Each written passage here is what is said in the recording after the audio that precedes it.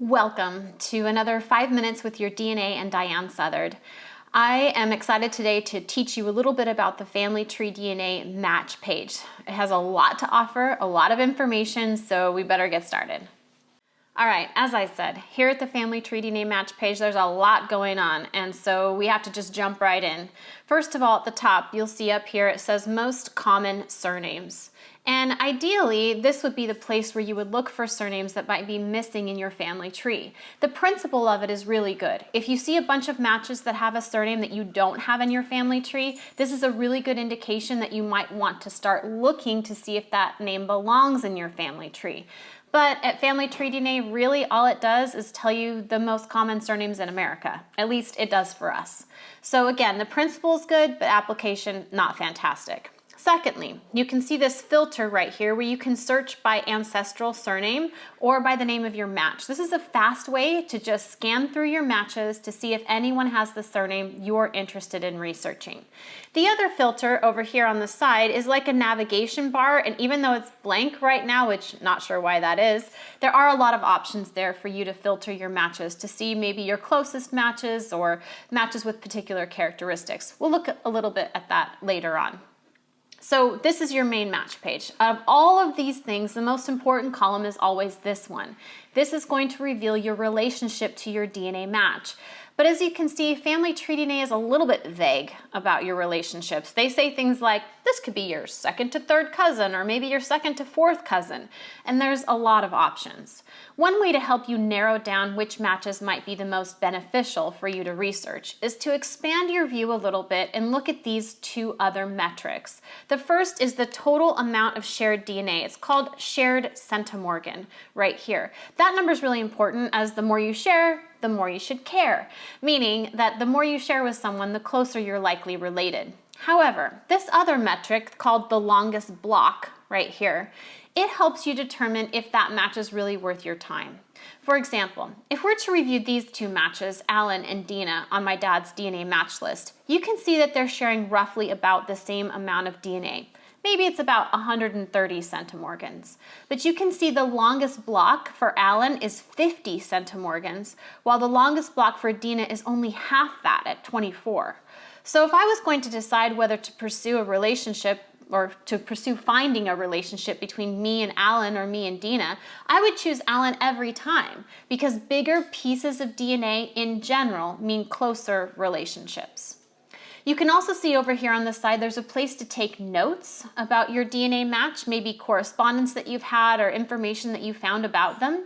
And second, very importantly, you can see in blue are people who actually have a family tree for you to look at. So make sure you click on that information and see what's going on in their family tree if you see maybe some similarities. This next part up here, this maternal, paternal, or both, can be a little bit confusing. Mostly, this is a way for you to interact with the system to determine maybe which matches are on your mom's side and which matches are on your dad's side. So let's review how that works. First of all, it starts with you having a family tree uploaded into your Family Tree DNA account. So on your dashboard, you can scroll all the way down until you see this My Family Tree tool. If you've already uploaded some information or you've already inputted some information, your family tree will show like it shows here for me. Clicking on that button brings you to this page.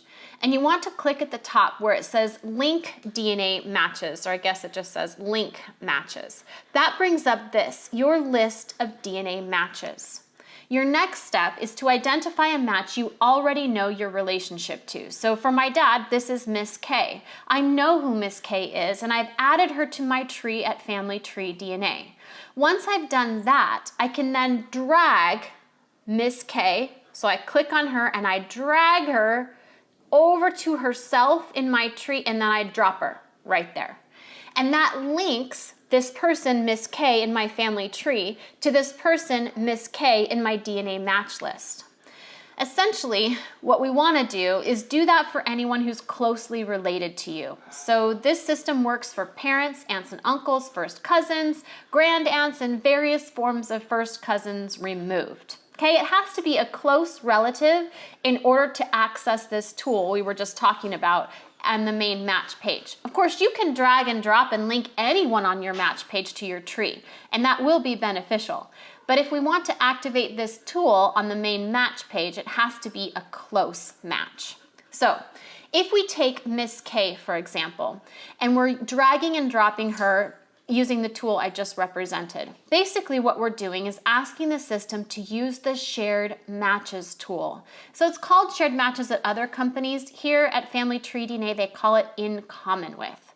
So essentially what it does is the in common with tool makes you another list of matches. It makes you a list of matches that are shared between you and one other person. So if I click on that little X next to Miss K and I use the in common with tool, because I know Miss K is related on my mom's side, then everyone who's showing on this list will also be related on my mom's side.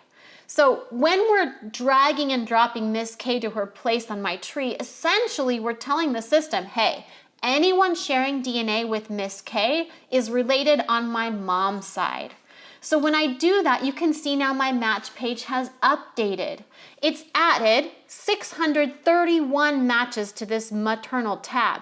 Those 631 people are the people on my DNA match list that are also showing up in Miss K's DNA match list. You can see that each of them is going to get this red designation, indicating that they're related on my mom's side. You can see the paternal side has not been populated because I have not yet drag and drop a close match on my dad's side into that family tree tool. Okay, so that's how you use the tool to kind of separate out your matches into these various categories. If you don't have any close matches to test or to drag and drop, you won't be able to use this tool. That's it, and that's okay. It's just a tool for you to, again, try to create these bins for your DNA matches. You can also use the not in common with tool. This is the only company offering this kind of tool, and it becomes especially helpful, for example, if you're looking for your father's side and you've had your mom tested. You could click on your mom, then click on not in common with, and the list would show you all the people that are sharing DNA with you, but not your mom, which means all of those people are related on your dad's side. So use these two tools, the in common with and the not in common with, to help you find matches in your DNA match list that might be related to you in a similar way to the match you already know. So what's your to-do list? What's your homework? Review that longest block column in the DNA match page. Try the in common with tool and the not in common with tool. And go ahead and link your family tree to some of your matches and see what kinds of information you can get the system to tell you based on your known information about the matches on your match list. So give it a try. Don't be overwhelmed. Do one thing at a time and keep reviewing all of the different tools so that you can get a handle for how to best use this tool at Family Tree DNA.